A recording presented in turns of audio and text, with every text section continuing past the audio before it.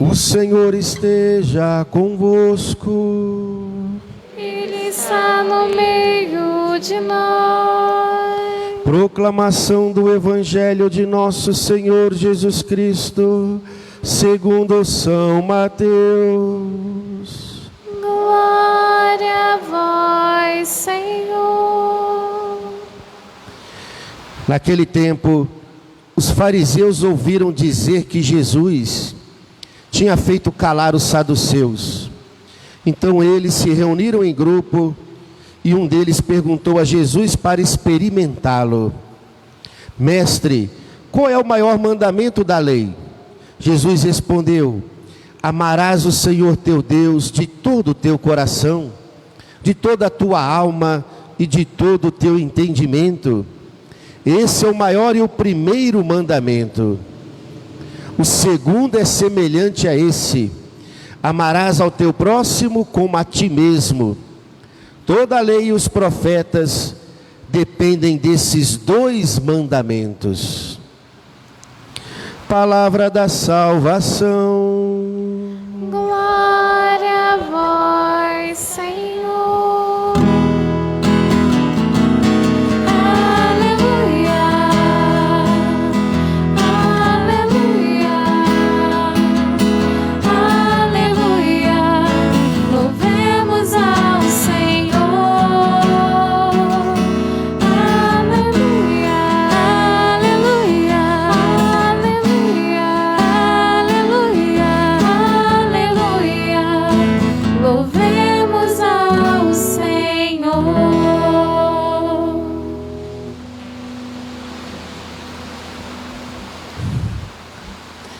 Eu cresci aprendendo da minha mãe, nesses momentos de temporais, a rezar pedindo a intercessão de Santa Bárbara, né? Uma santa mártire da nossa igreja, né? Aqui não vou tirar tempo para explicar por que ela se tornou protetora nossa contra as tempestades e os trovões, porque não é o momento para isso. Mas estava ali, rezando, pedindo a intercessão de Santa Bárbara, principalmente porque esses temporais prejudicam muito os nossos irmãos mais pobres, que vivem nas encostas, nos morros, nas margens dos rios, em situação de maior perigo. Temos que lembrar desses nossos irmãos. No evangelho deste domingo, um fariseu chega para Jesus e ele faz essa pergunta: Mestre, qual é o maior mandamento da lei de Deus? E aqui não se tratava de curiosidade e nem o desejo de ouvir os ensinamentos de Jesus, porque um fariseu era profundo conhecedor dos mandamentos de Deus, dos preceitos do judaísmo. Aqui se tratava de colocar Jesus à prova, uma armadilha para pegar Jesus em alguma palavra ao qual pudesse condená-lo.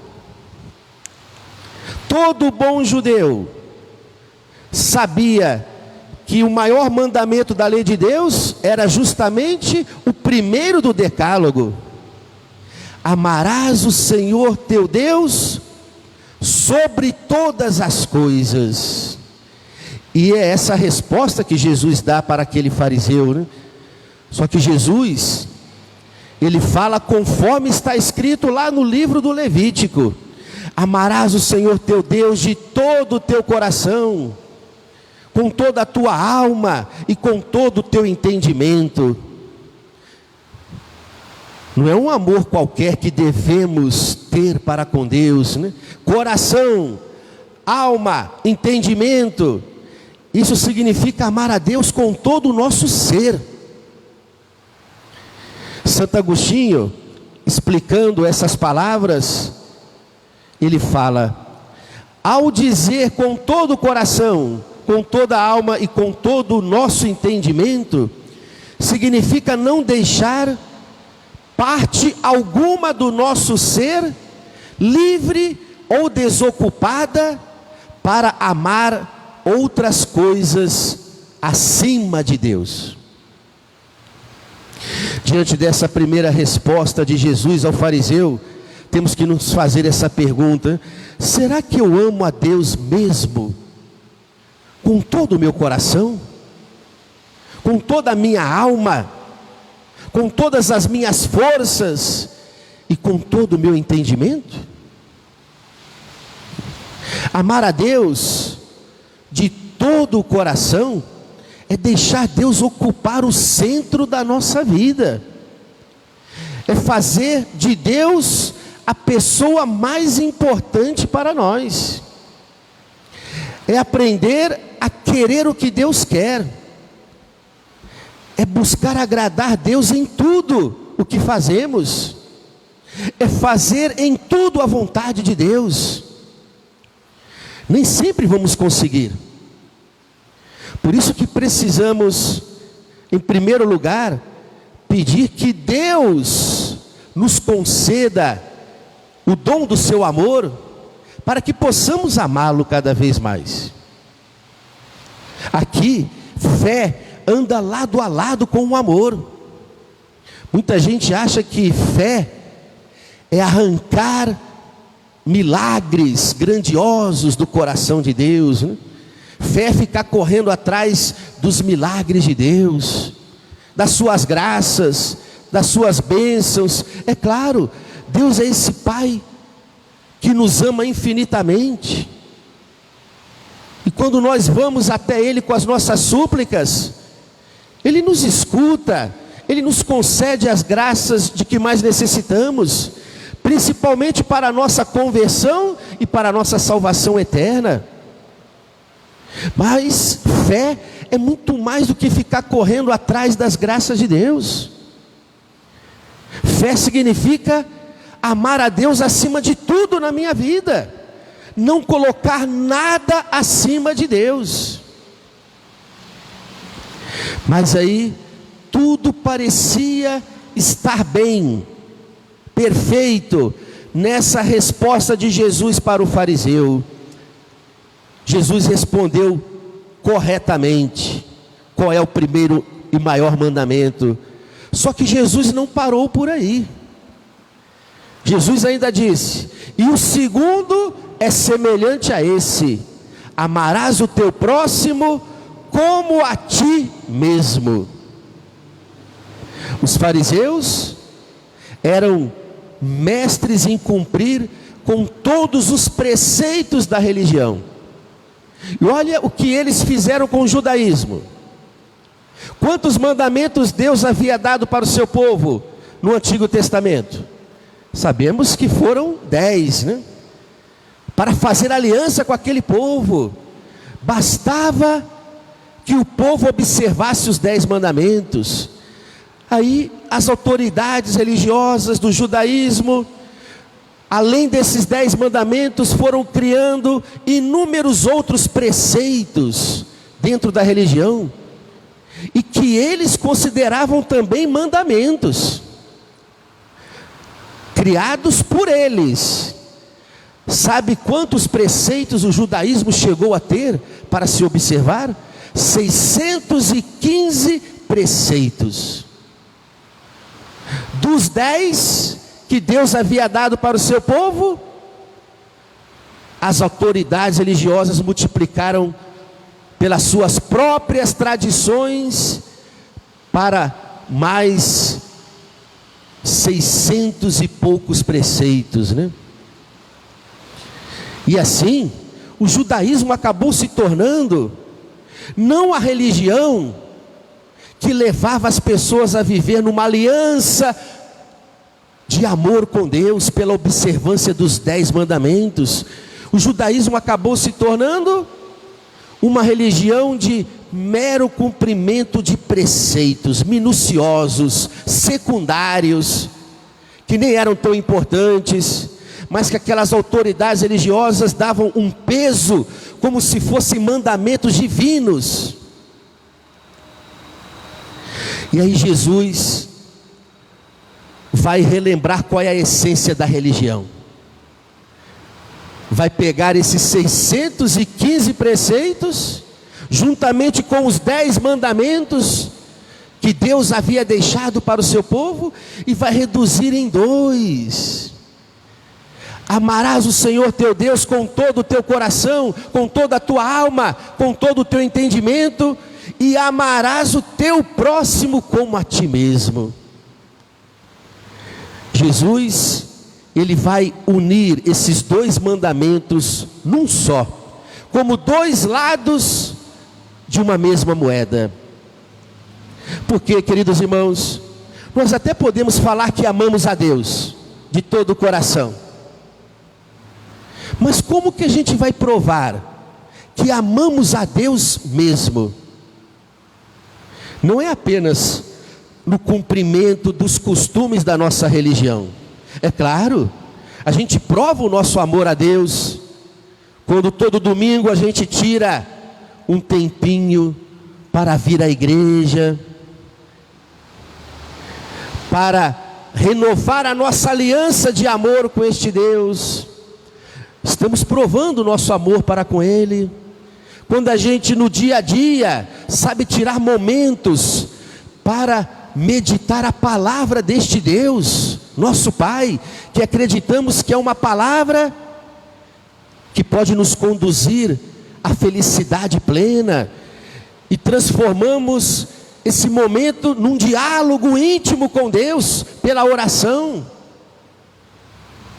Quando nós reconhecemos que não estamos conseguindo cumprir bem com seus mandamentos, a gente vai buscar o sacramento da confissão. Estamos provando o amor para com Deus, mostrando o arrependimento de nossos pecados, de ter ofendido a Ele, aquele que tanto nos ama. Mas Jesus quis ainda deixar um caminho mais concreto para nós provarmos o nosso amor para com Deus. Por isso que Ele pegou a segunda parte do mandamento, né? 2 amores que se faz um só. E amarás o teu próximo como a ti mesmo. São João, na sua primeira carta, no capítulo 4, ele chegou a dizer: quem diz que ama a Deus, a quem nunca viu, porque Deus é invisível, né? E odeia o seu irmão, a quem vê a cada instante, é um mentiroso. Como que podemos dizer que amamos a Deus a quem nunca vimos? Mas é claro, esse mistério insondável, ele se deixa tocar, ele se deixa experimentar por nós, quando buscamos com verdadeira fé. Mas como podemos dizer que amamos a Deus a quem nunca vimos, e odiamos o nosso próximo a quem vemos a cada instante? São João vai falar que, se isso acontece, somos mentirosos. Mas aí poderíamos justificar: mas eu não tenho ódio no meu coração, eu sou incapaz de odiar alguém. Posso ter mágoas, ressentimentos de vez em quando, mas olha só, queridos irmãos, só o fato de eu não buscar fazer o bem ao meu próximo, que precisa ser feito, isso já me coloca numa situação de dívida com o mandamento do amor, já me coloca em dívida com o próprio Deus. É muito fácil nós vivermos uma religião só na dimensão vertical, eu e Deus, Deus e eu. É fácil viver uma religião assim, né? Deus é tão bom, Deus não me incomoda, Deus está lá no céu.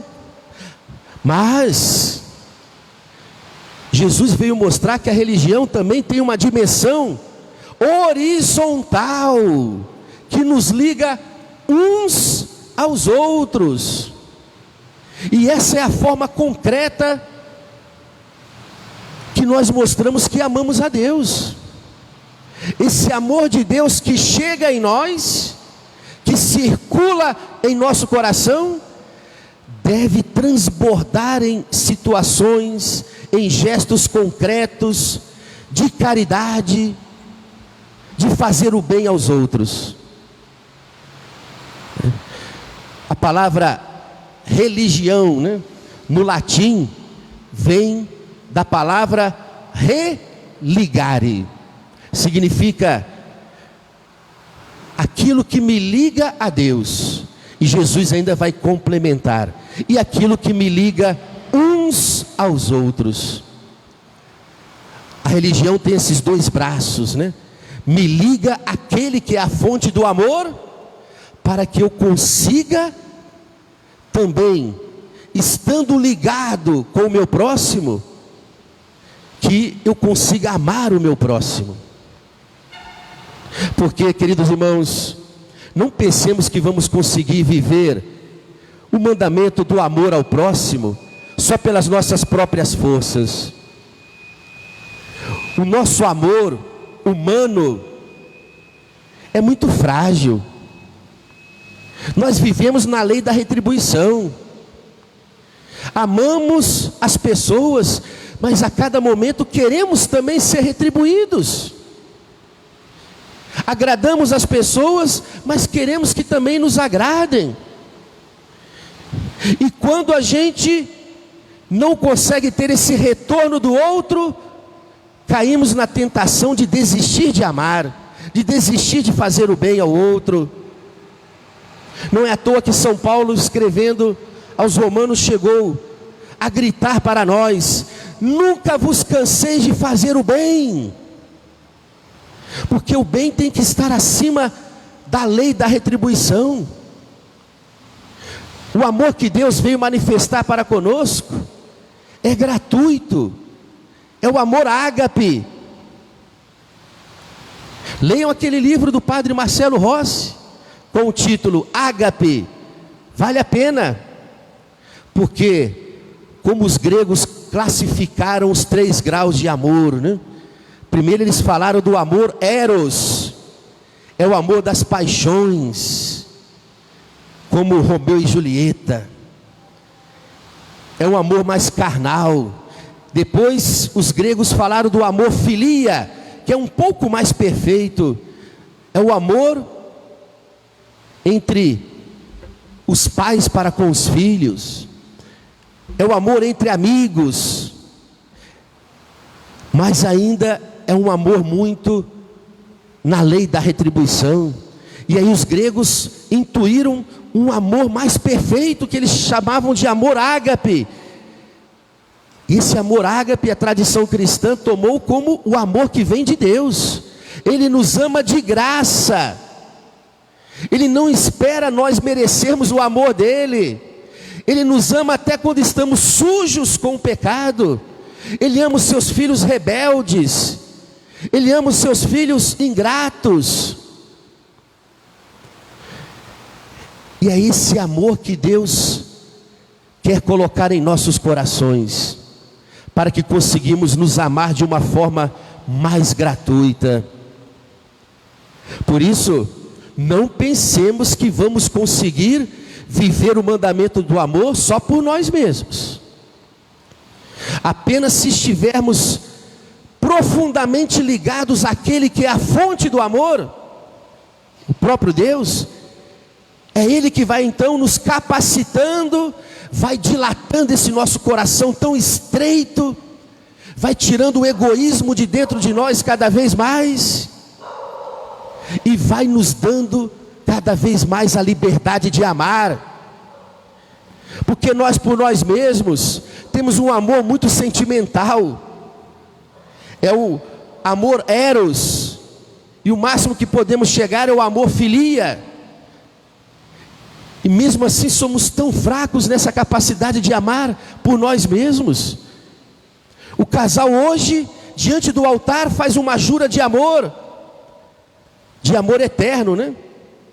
na saúde, na doença, nas alegrias e nas tristezas, até o fim de nossas vidas, e amanhã se tornam inimigos mortais, um do outro. Hoje você tem amigos em que você é capaz de doar a sua vida por ele, e ele doar a sua vida por você, numa partilha de vida, de sentimentos. Amanhã não estão nem mais olhando para a face um do outro. Ou seja, nós precisamos, como tem uma banda da MPB, né? Nós precisamos de um amor maior sobre nós. E esse amor maior é o amor ágape, é o amor que vem daquele que é a fonte do amor. E quanto mais estivermos ligados a este Deus que é a fonte do amor, mais Ele vai dilatando o nosso coração e nos dando uma capacidade heróica de amar a exemplo do próprio Cristo. E o amor, ele é feito de gestos concretos, conforme nós ouvimos na primeira leitura, né, do livro do Êxodo. Deus falando para o seu povo, né, a respeito da primeira leitura. Ele se coloca na pele dos mais sofredores e diz: se maltratardes o estrangeiro sem morada, e fizerdes algum mal à viúva e ao órfão, eles gritarão por mim, e eu ouvirei o seu clamor. Se um pobre te pedir emprestado um dinheiro, olha só, é a palavra de Deus que está nos ensinando, hein? Se um pobre te pedir emprestado um dinheiro, não cobre juros dele, não faça uso da exploração aquele que é mais pobre, pela usura. E se o pobre lhe der o seu manto como penhor, não deixe de devolver esse manto a ele antes do pôr do sol, pois é a única veste que ele tem para o seu corpo e para lhe proteger do frio da noite.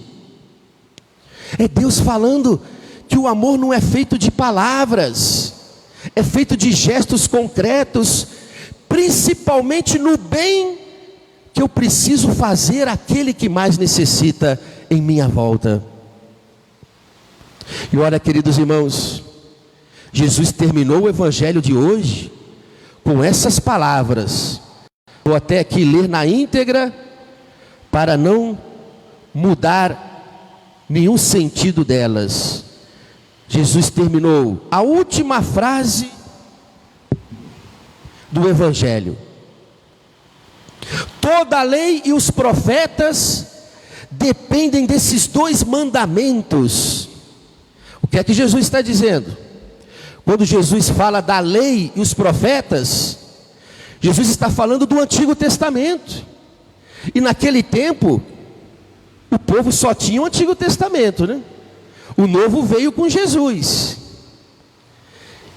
O Evangelho estava sendo ainda vivenciado na vida e na missão do próprio Cristo, para que somente depois da sua ressurreição começassem a surgir os primeiros escritos do Novo Testamento. Então Jesus está dizendo: toda a palavra de Deus que vocês conhecem, toda a lei de Deus, todos os seus mandamentos, dependem desses dois: do amor a Deus de todo o coração e o amor ao seu próximo. Ou seja, a nossa entrada no reino de Deus, no reino dos céus, dependem da vivência desses dois mandamentos. Peçamos essa graça a Jesus. Somos muito fracos. O pecado de Adão nos faz muito soberbos e incapazes de amar por nós mesmos. Mas, se queremos fazer parte do reino de Deus, supliquemos a Ele que Ele nos ajude com a sua graça, para que a gente consiga viver esse mandamento do duplo amor. E assim estaremos muito próximo do reinado de Deus. Louvado seja o nosso Senhor Jesus Cristo.